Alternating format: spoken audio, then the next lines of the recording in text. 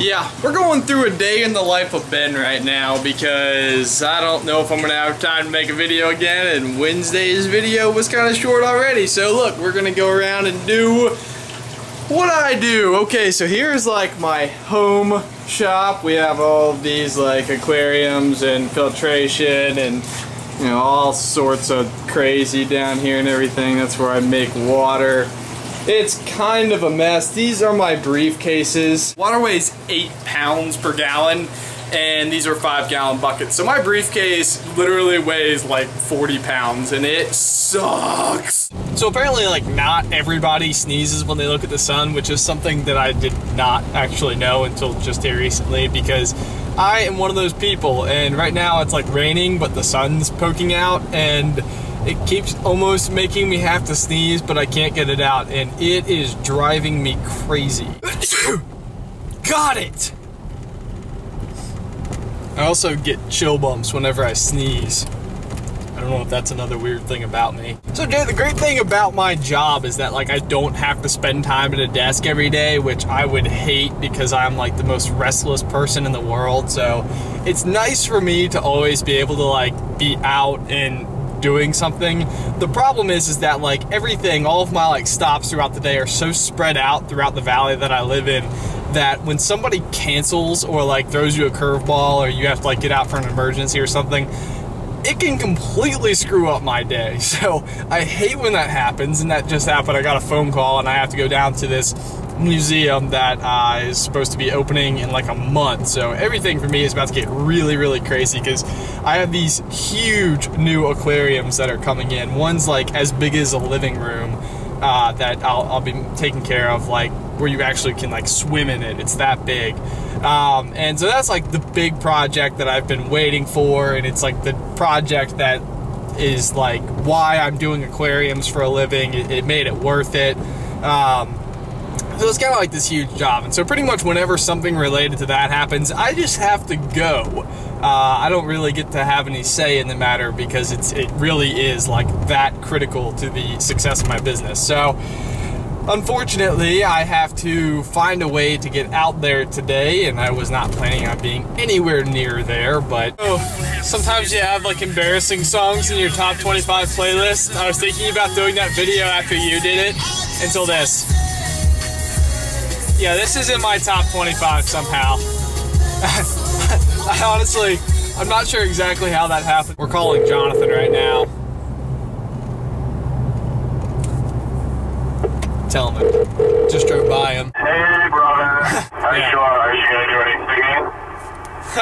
I don't know if I'm going to do any singing. So just to stop at a local elementary school where I maintain a tank. It's actually the one that probably 3 months ago or so, I had a video where you guys actually got to see a tank that I was working on very briefly, just like the intro. But they have since gone through and painted this mural around the tank. And the funny thing about aquarium murals and like puzzles or graphics or like anything is that they always include a dolphin, which drives me crazy because dolphins are lame. But anyway, the secretary there is basically a painter, and so she did this like awesome mural, and they told me they were going to do it ahead of time. So it is like looking insane. I've never seen anybody like execute it so well because I don't know, maybe it's like I said, there's always a dolphin or something in there and it looks ridiculous. I hate when they include dolphins in there, especially if it's a ninja dolphin, because ninja dolphins.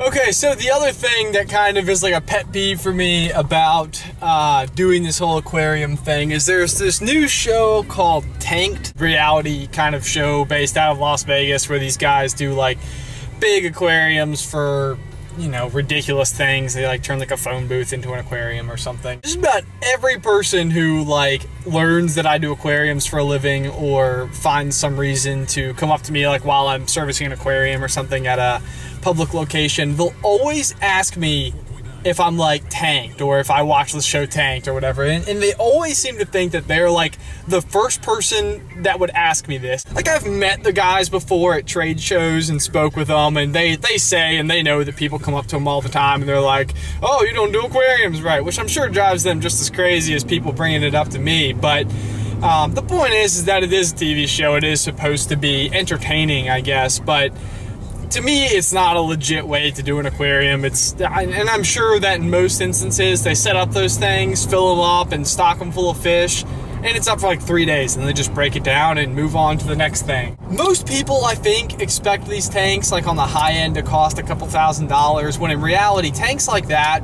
cost tens of thousands. I mean, in some of them, I would bet even $30,000 to $40,000, no problem. And that's really not even that unusual. It's just you got to find that right person who wants to spend that much on an aquarium and really make it like either a part of their business or house. The reason you're hearing about my aquarium peeves today is because these are things that like I think about quietly to myself all day, because these are things that actually happen to me on a day-to-day basis, and I don't ever talk to anybody about them because I'm in my truck by myself. And so I'm talking to you guys today.